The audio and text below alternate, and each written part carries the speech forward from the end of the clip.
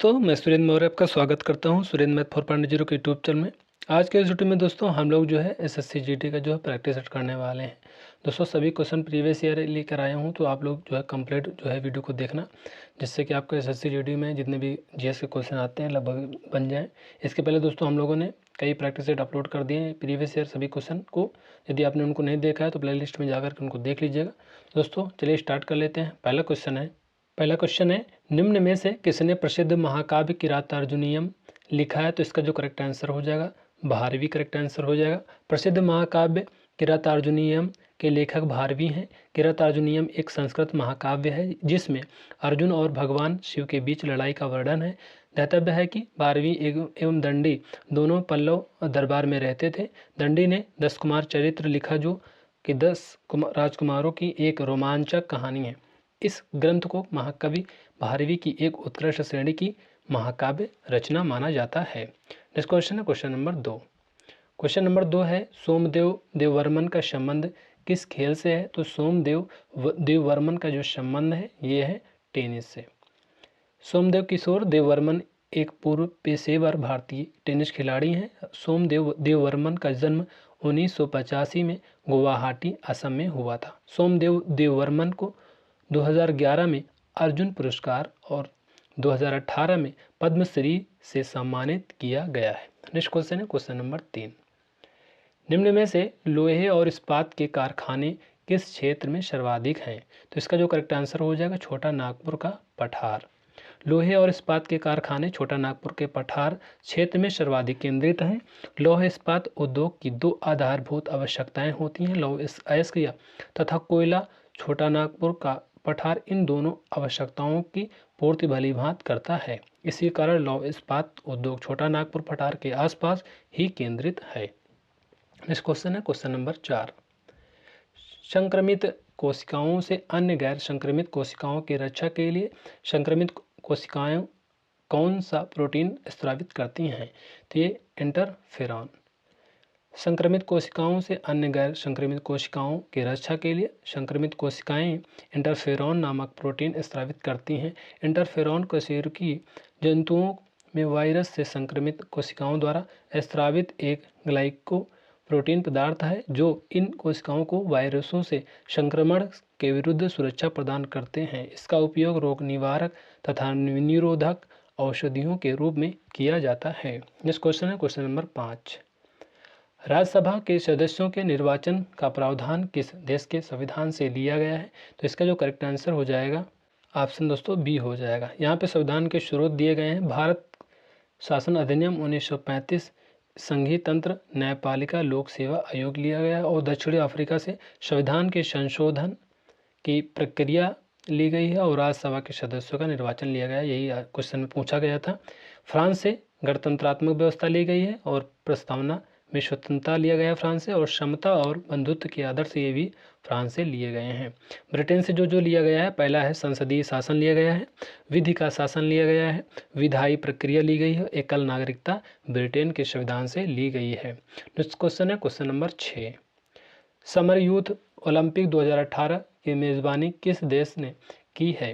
तो इसका जो करेक्ट आंसर हो जाएगा अर्जेंटीना हो जाएगा। समर यूथ ओलंपिक 2018 की मेज़बानी अर्जेंटीना ने की। खेलों का नारा फील द फ्यूचर था।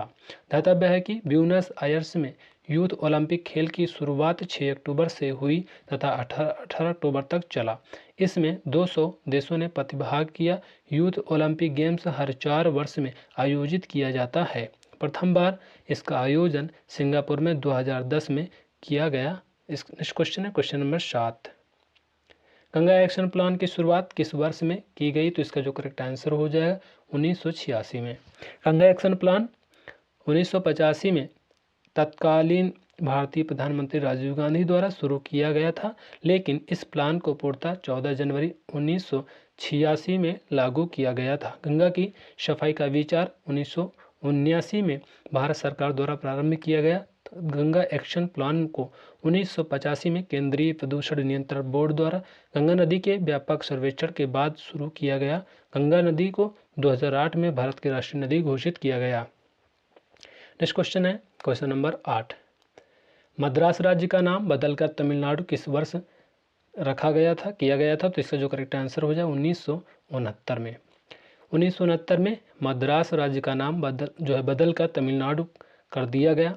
1947 में भारत को स्वतंत्रता मिलने के बाद यह शहर मद्रास राज्य की राजधानी बन गया, जिसका नाम बदलकर 1969 में तमिलनाडु कर दिया गया। 22 नवंबर 1968 को मद्रास का नाम बदलकर तमिलनाडु करने का प्रस्ताव लोकसभा में पारित हुआ और 1969 में लागू किया गया। नेक्स्ट क्वेश्चन है क्वेश्चन नंबर 9। खिलजी वंश का संस्थापक कौन था? तो इसका जो करेक्ट आंसर हो जाएगा जलालुद्दीन खिलजी। खिलजी वंश का संस्थापक जलालुद्दीन खिलजी था, जिसने 1290 से 1296 तक शासन किया। जलालुद्दीन खिलजी का असली नाम मलिक फिरोज खिलजी था। जलालुद्दीन एक परोपकारी शासक के रूप में याद किया जाता है। इसे संत शासक के रूप में भी जाना जाता है। जलालुद्दीन ने 70 वर्ष की आयु में गुलाम वंश के अंतिम शासक की हत्या कर अपने आप को दिल्ली सल्तनत का सुल्तान घोषित किया। नेक्स्ट क्वेश्चन है क्वेश्चन नंबर 10। परागकणों की वह परत एक सीन की बनी खालिस्तान की बनी होती है, जो एक अत्यधिक प्रतिरोधी कार्बन पदार्थ है। क्वेश्चन नंबर जो ऑप्शन 10 का हो जाएगा करेक्ट आंसर स्पेरोपोलेनिन। परागकणों की वह परत एक्सिन स्पोरोपोलेनिन की बनी होती है, जो एक अत्यधिक प्रतिरोधी कार्बन पदार्थ है। परागकण के वह चोल में सुस्पष्ट द्वारक या रंध्र होते हैं, जिन्हें जनन छिद्र कहते हैं, जहां पर स्पेरोलेनिन अनुपस्थित होते हैं। परागकण जीवाश्मों की भांति बहुत अच्छे से संरक्षित होते हैं, क्योंकि उनमें स्पोरोपोलेनिन की उपस्थित होती है। Next question question number 11। किस सरकारी आयोग की रिपोर्ट के आधार पर भाषाई आधार पर आंध्र प्रदेश के निर्माण के पश्चात अन्य क्षेत्रों में भी इस आधार पर विभाजन की मांग बढ़ गई है? तो इसका जो करेक्ट आंसर हो जाएगा फजल अली आयोग। फजल अली आयोग की रिपोर्ट के आधार पर भाषाई आधार पर आंध्र प्रदेश के निर्माण के पश्चात अन्य क्षेत्रों में भी इस आधार पर विभाजन की मांग बढ़ गई थी। फजल अली आयोग, जिसे राज्य पुनर्गठन आयोग के रूप में भी जाना जाता है, इस आयोग का गठन 1953 में विभिन्न राज्यों की मांगों पर विचार करने के लिए किया गया था। फजल अली आयोग के अन्य सदस्य थे हृदयनाथ कुंजरू और KM पडिक्कर। नेक्स्ट क्वेश्चन है क्वेश्चन नंबर 12। चिपको आंदोलन किसके विरुद्ध था? तो इसका जो करेक्ट आंसर हो जाएगा वनों की कटाई के विरुद्ध। चिपको आंदोलन एक अहिंसक आंदोलन था, जो वर्ष 1973 में उत्तराखंड के चमोली जिले में शुरू हुआ था। इस आंदोलन का नाम चिपको वृक्षों के आलिंगन के कारण पड़ा, क्योंकि आंदोलन के दौरान ग्रामीणों द्वारा पेड़ों को गले लगाया तथा वृक्ष को कटने से बचाने के लिए उनके चारों ओर मानवीय घेरा बनाया गया। जंगलों को संरक्षित करने हेतु महिलाओं के सामूहिक एकत्रीकरण के लिए इस आंदोलन को सबसे ज़्यादा याद किया जाता है। सुंदरलाल बहुगुणा इस आंदोलन के प्रणेता थे। नेक्स्ट क्वेश्चन है क्वेश्चन नंबर 13। कुतुबुद्दीन ऐबक की मौत कौन सा खेल खेलते समय हुई थी? तो ये हुई थी चौगान खेलते समय। मध्यकालीन भारत के शासक कुतुबुद्दीन ऐबक दिल्ली सल्तनत का पहला शासक और गुलाम वंश का संस्थापक भी था। वह ऐबक जनजाति का तुर्क था, जो 1206 से 1210 तक सुल्तान रहा। 1210 में पोलो चौगान खेलते समय एक दुर्घटना में कुतुबुद्दीन ऐबक की मृत्यु हो गई, उसे अनारकली बाजार के पास लाहौर में दफनाया गया। Next question question number 14। सबसे गहरा भूमध्य और सबसे व्यस्त बंदरगाह निम्न में से कौन सा है? तो इसका जो करेक्ट आंसर हो जाएगा ये हो जाएगा दोस्तों ऑप्शन सी हो जाएगा विशाखापट्टनम बंदरगाह, जिसे विजाग बंदरगाह के रूप में भी जाना जाता है, आंध्र प्रदेश के विशाखापट्टनम शहर में स्थित है। यह सबसे गहरा भूमध्य और सबसे व्यस्त बंदरगाह है। यह चेन्नई बंदरगाह और कोलकाता बंदरगाह के बीच है। यह एक प्राकृतिक बंदरगाह है और देश के सबसे पुराने बंदरगाहों में से एक है। यह भारत का सबसे गहरा और सबसे सुरक्षित लैंडलॉक भू आबद्ध बंदरगाह है। Next question question number 15। Delhi के किस सुल्तान को उसके शासन के दौरान साहसिक फैसले लेने के लिए जाना जाता है? तो इसका जो करेक्ट आंसर हो जाएगा मोहम्मद बिन तुगलक। दिल्ली के शासक मोहम्मद बिन तुगलक के शासन के दौरान साहसिक फैसले लेने के लिए जाना जाता है। मोहम्मद बिन तुगलक का जन्म मुल्तान के कोटला में हुआ था। वह तर्क जो है तुर्क दर्शनशास्त्र, खगोल विज्ञान, गणित सुलेख और भौतिक विज्ञान का विद्वान था। उसकी 5 साहसिक फैसले निम्न थे। पहला था दोआब में कर वृद्धि, दूसरा था राजधानी स्थानांतरण, तीसरा था टोकन मुद्दा का आरंभ, खुरासन अभियान, कराचिल अभियान। नेक्स्ट क्वेश्चन है क्वेश्चन नंबर 16 है, भारत में जीडीपी का निर्धारण किसके द्वारा किया जाता है? तो इसका जो करेक्ट आंसर हो जाए केंद्रीय सांख्यिकी कार्यालय द्वारा। जीडीपी का मतलब सकल घरेलू उत्पाद है और यह किसी देश के भीतर एक समयावधि के दौरान उत्पादित सभी अंतिम वस्तुओं और सेवाओं के कुल मौद्रिक मूल्य का प्रतिनिधित्व करता है। भारत में जीडीपी सकल घरेलू उत्पाद का निर्धारण केंद्रीय सांख्यिकी कार्यालय द्वारा किया जाता है। नेक्स्ट क्वेश्चन है क्वेश्चन नंबर 17, निम्न में से कौन सा एक मंदी के कारण दिखने वाला लक्षण नहीं है? तो इसका जो करेक्ट आंसर हो जाएगा ऑप्शन सी हो जाएगा मुद्रास्फीति में उछाल।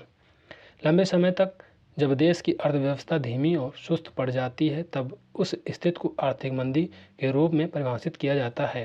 मंदी के कारण रोजगार दर में गिरावट आती है, उद्योग कीमतों को कम करना शुरू कर देते हैं, मांग में जो है सामान्य गिरावट देखने को मिलती है। ध्यातव्य है कि मुद्रास्फीति में उछाल मंदी के कारण दिखने वाला लक्षण नहीं है। नेक्स्ट क्वेश्चन है मंदिरों के स्थापत्य में गोपुरम का क्या अर्थ है? तो इसका जो करेक्ट आंसर हो जाएगा द्वार। हिंदू मंदिर के निम्न भाग होते हैं जैसे गर्भगृह या प्रारंभिक मंदिरों में एक छोटा सा प्रकोष्ठ होता था जिसमें प्रवेश के लिए एक छोटा सा द्वार होता था। दूसरा है मंडप। मंडप अर्थात मंदिर का प्रवेश कक्ष जो कि काफ़ी बड़ा होता था। इस मंडप की छत आमतौर पर खंभों पर टिकी होती थी। विमान पूर्वोत्तर काल में इन पर शिखर बनाए जाने लगे, जिसे उत्तर भारत में शिखर और दक्षिण भारत में विमान कहे जाने लगे। गोपुरम या गोपुर यह एक स्मारकीय अट्टालिका होती थी, प्रायः शिल्प से सज्जित एवं अधिकतर दक्षिण भारत में मंदिरों के द्वार पर होता था।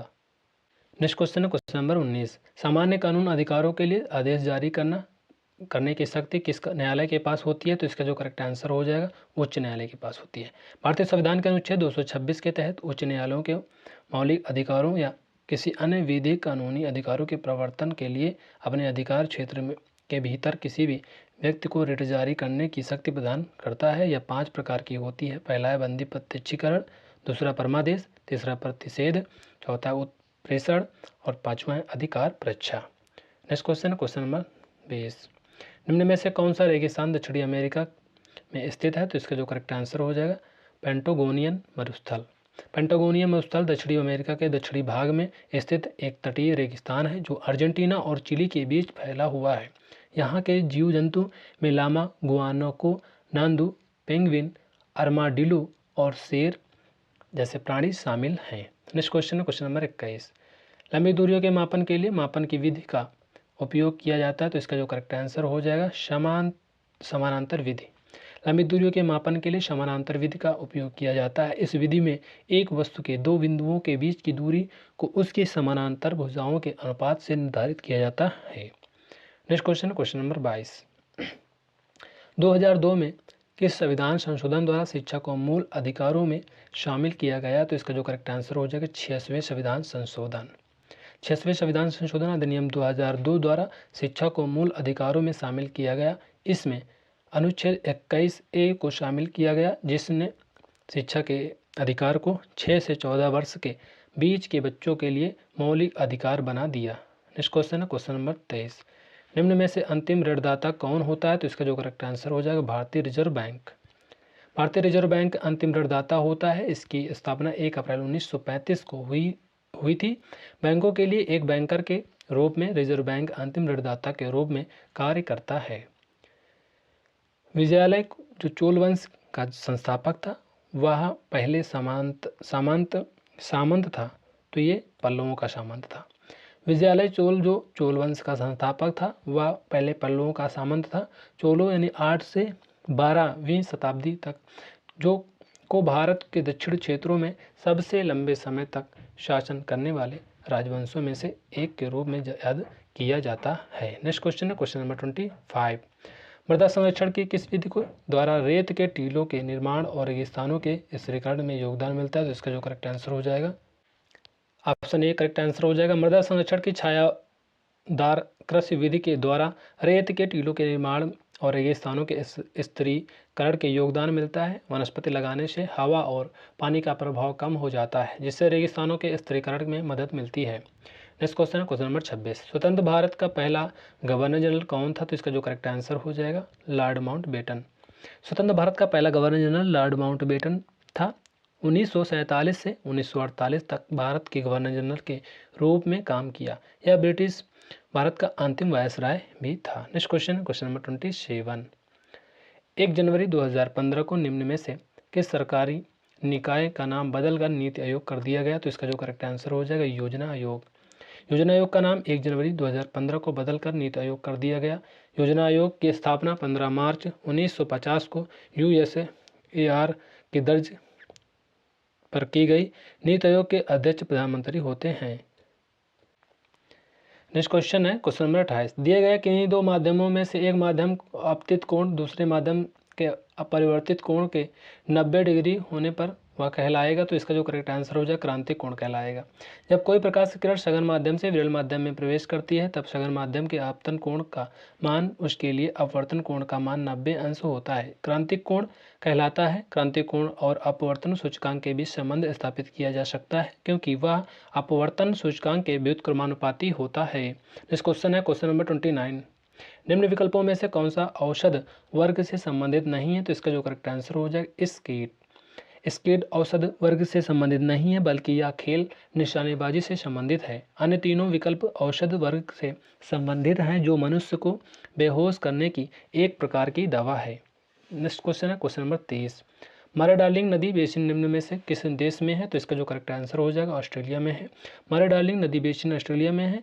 यह वहाँ की सबसे बड़ी नदी बेसिन है, जो मरे और डार्लिंग नदियों के जल संग्रहण क्षेत्र को शामिल करता है। नेक्स्ट क्वेश्चन है क्वेश्चन नंबर 31।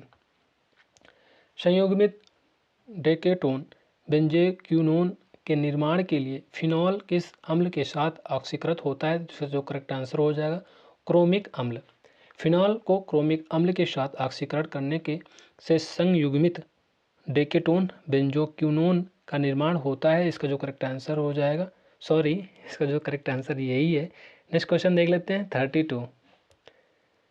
यूरोप का सबसे बड़ा बंदरगाह निम्न में से कौन सा है? तो इसका जो करेक्ट आंसर है ये दोस्तों हो जाएगा ऑप्शन डी। यूरोप का सबसे बड़ा बंदरगाह रोटरडम का बंदरगाह है, जो दक्षिण हॉलैंड के डच प्रांत के रॉटरडम शहर में और उसके समीप स्थित है। यह 1962 से 2004 तक दुनिया का सबसे व्यस्ततम बंदरगाह था। इस बंदरगाह में तेल, कोयला, खाद्यान्न, धातु, लकड़ी आदि का आयात और निर्यात होता है। नेक्स्ट क्वेश्चन है मिथिला चित्रकला के लिए निम्न में से कौन सा एक क्षेत्र प्रसिद्ध है? तो इसका जो करेक्ट आंसर है बिहार हो जाएगा। मिथिला चित्रकला या मधुबनी पेंटिंग हिंदू पेंटिंग की एक शैली है, जो नेपाल के मिथिला क्षेत्र और बिहार में प्रचलित है। यह बिहार की लोक चित्रकला है। नेक्स्ट क्वेश्चन है 34। मध्यकालीन भारत में दीवान ए अर्ज किसे कहा जाता है? तो इसका जो करेक्ट आंसर हो जाएगा सैन्य विभाग को। दीवान ए अर्ज सल्तनत काल में सैन्य विभाग था। इसका कार्य सैनिकों की भर्ती करना है, सैनिकों और घोड़ों को रखना, रसद की व्यवस्था करना, सेना का निरीक्षण करना और सेना की सजावट की व्यवस्था करना था। इसकी स्थापना गयासुद्दीन बलबन ने की थी। इस विभाग का प्रधान RA मामलिक कहलाता था। Next question 35। भारतीय खेलों का मक्का के रूप में किस संस्थान को जाना जाता है? तो इसका जो करेक्ट आंसर हो जाएगा Netaji Subhash Chandra Bose national institute of sports Patiala. Netaji Subhash Chandra Bose national institute of sports Patiala को भारतीय खेलों का मक्का कहा जाता है। इसकी स्थापना वर्ष 1961 में शुरू हुआ था। 23 जनवरी 1973 इस संस्थान का नाम नेताजी सुभाष राष्ट्रीय खेल संस्थान कर दिया गया। नेक्स्ट क्वेश्चन है 36। बाल्कलाइन शब्द का संबंध किस खेल से है? तो इसका जो करेक्ट आंसर हो जाएगा कबड्डी हो जाएगा। बाल्कलाइन शब्द का संबंध कबड्डी खेल से है। यह एक प्राचीन भारतीय खेल है। कबड्डी का नाम तमिल शब्द पिडी से लिया गया है, जिसका अर्थ हाथ पकड़ना। HVJ गैस पाइपलाइन निम्न में से किस राज्य से होकर गुजरती है? तो इसका जो करेक्ट आंसर हो जाएगा मध्य प्रदेश हो जाएगा। HVJ हाजिरा विजयपुर जगदीशपुर भारत की पहली अंतर्राज्यीय गैस पाइपलाइन है। इसकी शुरुआत वर्ष 1986 में उत्तर प्रदेश राज्य में उर्वरक सुविधाओं को गैस प्रदान करने के लिए जो है गेल लिमिटेड की स्थापना के साथ शुरू हुई थी। यह मध्य प्रदेश राज्य में से होकर गुजरती है। Next question number 38। पुरुष बास्केटबॉल को पहली बार ओलंपिक में कब शामिल किया गया? तो इसका जो करेक्ट आंसर हो जाएगा ऑप्शन डी। पुरुष बास्केटबॉल को पहली बार ओलंपिक में 1936 में शामिल किया गया। इसका आविष्कार 1891 में अमेरिका में हुआ था। पहली बार इस खेल में 21 देशों ने भाग लिया था और अमेरिका ने स्वर्ण पदक जीता था। 39 है सिपाही विद्रोह किस वर्ष हुआ? तो इसका जो करेक्ट आंसर हो जाएगा 1857। सिपाही विद्रोह 1857 को मेरठ में शुरू हुआ। 10 मई 1857 को विद्रोह की शुरुआत दिल्ली के 64 किलोमीटर उत्तर पूर्व, अब पुरानी दिल्ली जिसे कहते हैं, के मेरठ शहर में कंपनी की सेना के एक विद्रोह के रूप में हुई थी। 1857 के विद्रोह के समय लॉर्ड कैनिंग भारत का गवर्नर था। नेक्स्ट क्वेश्चन है 40 नंबर है। मताधिकार की आयु 21 वर्ष से घटाकर 18 वर्ष संशोधन अधिनियम द्वारा की गई। तो इसका जो करेक्ट आंसर हो जाए 61वां संविधान संशोधन। भारत में मताधिकार की आयु 61वें संविधान संशोधन अधिनियम 1988 द्वारा 21 वर्ष से घटाकर 18 वर्ष कर दी गई। मतदान की आयु 21 वर्ष से घटाकर 18 वर्ष करने के वाले प्रधानमंत्री राजीव गांधी थे। अल्पसंख्यकों को किस अनुच्छेद के अंतर्गत शिक्षण संस्थान खोलने और उनके प्रशासन को संभालने का अधिकार प्राप्त है? तो इसका जो करेक्ट आंसर हो जाएगा अनुच्छेद 30। अल्पसंख्यकों को शिक्षण संस्थान खोलने और उनके प्रशासन को संभालने का अधिकार भारतीय संविधान के अनुच्छेद 30 के तहत प्राप्त है। इसके अनुसार धर्म या भाषा के आधार पर सभी अल्पसंख्यकों को अपनी रुचि के शिक्षण संस्थानों की स्थापना एवं प्रशासन का अधिकार होगा। नेक्स्ट क्वेश्चन है क्वेश्चन नंबर 42। भारत का आधिकारिक आवास मूल्य सूचकांक HPI किसके द्वारा निर्धारित किया जाता है? तो इसका जो करेक्ट आंसर हो जाएगा राष्ट्रीय आवास बैंक। भारत का आधिकारिक आवास मूल्य सूचकांक HPJ राष्ट्रीय आवास bank, national housing bank NHB द्वारा निर्धारित किया जाता है। इसका उद्देश्य भारत के विभिन्न शहरों में आवास की कीमतों का अनुकूलन और अनुगमन करना है। नेक्स्ट क्वेश्चन है 43।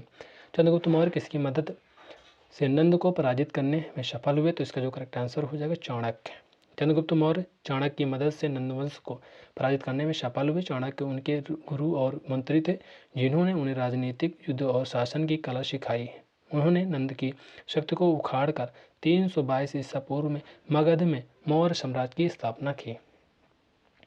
विभव स्थिर स्टेबलाइजर के रूप में किस डायोड का उपयोग व्यापक रूप से किया जाता है?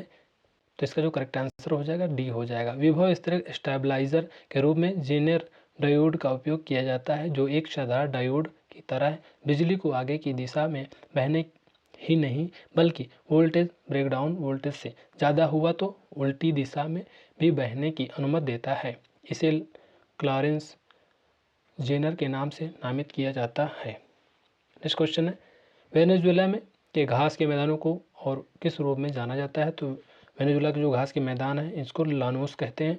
वेनेजुएला में घास के मैदानों को लानोस के रूप में जाना जाता है। ये घास के मैदान दक्षिणी अमेरिका के उत्तरी भाग में कोलंबिया और वेनेजुएला के बीच फैले हुए हैं। यह अमेजन नदी के निकट स्थित है। यहाँ की जलवायु उष्ण और आर्द्र है। यहाँ पर जगुआर, डियर, कैमल, बबून अनेक प्रकार के जानवर पाए जाते हैं। नेक्स्ट क्वेश्चन है क्वेश्चन नंबर 46। नीलांबर सागौन को हाल ही में भौगोलिक उपदर्शन GI प्रदान किया गया। यह वृक्ष निम्न में से किस राज्य में पाया जाता है? तो इसका जो करेक्ट आंसर हो जाएगा केरल। नीलांबर सागौन को हाल ही में भौगोलिक उपदर्शन GI प्रदान करने का निर्णय हाल ही में लिया गया, लेकिन इसका पंजीकरण अभी तक पूरा नहीं हुआ। यह वृक्ष केरल राज्य में पाया जाता है, जहाँ इसे बेहतर गुणवत्ता के लिए जाना जाता है। इनमें से कौन सा भारतीय संविधान की नवीन विशेषता है? तो इसका जो करेक्ट आंसर हो जाएगा राजकीय नीति निर्देशक सिद्धांत। राजकीय नीति निर्देशक सिद्धांत भारतीय संविधान की नवीन विशेषता है। यह संविधान के भाग IV अनुच्छेद 36 से 50 के राज्यों के नीति निर्देशक सिद्धांत की बात की गई है। इन्हें कोर्ट में चुनौती नहीं दी जा सकती है, जो कि मोटे तौर पर समाजवादी, गांधीवादी और उदार बौद्धिकता में वर्गीकृत है। नेक्स्ट क्वेश्चन है क्वेश्चन नंबर 48। अनियमित प्रतिरोध के मापन के लिए निम्न में से किस परिपथ का उपयोग किया जाता है? तो इसका जो करेक्ट आंसर हो जाएगा व्हीटस्टोन ब्रिज। व्हीटस्टोन ब्रिज एक ऐसा परिपथ है जो 4 प्रतिरोधों को एक चौकोर आकार से जोड़ता है और इसके 2 विपरीत कोणों पर एक बत्ती और एक गैल्वेनोमीटर लगता है। इसका उद्देश्य एक अज्ञात प्रतिरोध को मापन करना है जो बत्ती के साथ जुड़ा होता है। Next question 49। निम्न में से कौन सा अंग आयनों को नियंत्रित कर रक्त प्लाज्मा और अत्यधिक अम्लीय अथवा क्षारीय होने से बचाता है? तो इसका जो करेक्ट आंसर हो जाएगा वृक्क किडनी। वृक्क किडनी शरीर में के अवशेष पदार्थों को फिल्टर करने में और शरीर से बाहर निकालने के लिए जिम्मेदार होते हैं। ये रक्त प्लाज्मा में मौजूद अतिरिक्त अम्ल या क्षार को हटा देते हैं। रक्त प्लाज्मा पीएच मान 7.32 से 7.42 के मध्य होता है, जो क्षारीय है। यदि इसका पीएच मान इसके बाहर जाता है तो यह शरीर के लिए खतरनाक है।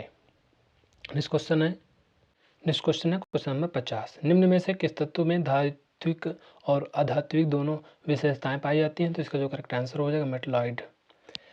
वे तत्व जिसमें धातु और अधातु दोनों गुण पाए जाते हैं उन्हें उपधातु कहते हैं। उपधातु जैसे बोरान है, सिलिकॉन है, जर्मेनियम है, आर्सेनिक है, एंटीमनी है और टेल्यूरियम है, पोलोनियम है। ये 7 उपधातु हैं। दोस्तों इस तरह से हम लोगों ने जो है बहुत ही इंपॉर्टेंट क्वेश्चन को एसएससी जीडी के प्रीवियस ईयर क्वेश्चन को डिस्कस कर लिया है। तो दोस्तों ये वीडियो आपको कैसी लगी कमेंट करके जरूर बताना और वीडियो को लाइक कर देना, चैनल को सब्सक्राइब कर देना, बेल आइकन को प्रेस कर देना, जिससे कि हमारी जो है सारी नोटिफिकेशन आप तक पहुँचती रहें। तो मिलते हैं नेक्स्ट वीडियो में, तब तक के लिए जय हिंद, जय भारत।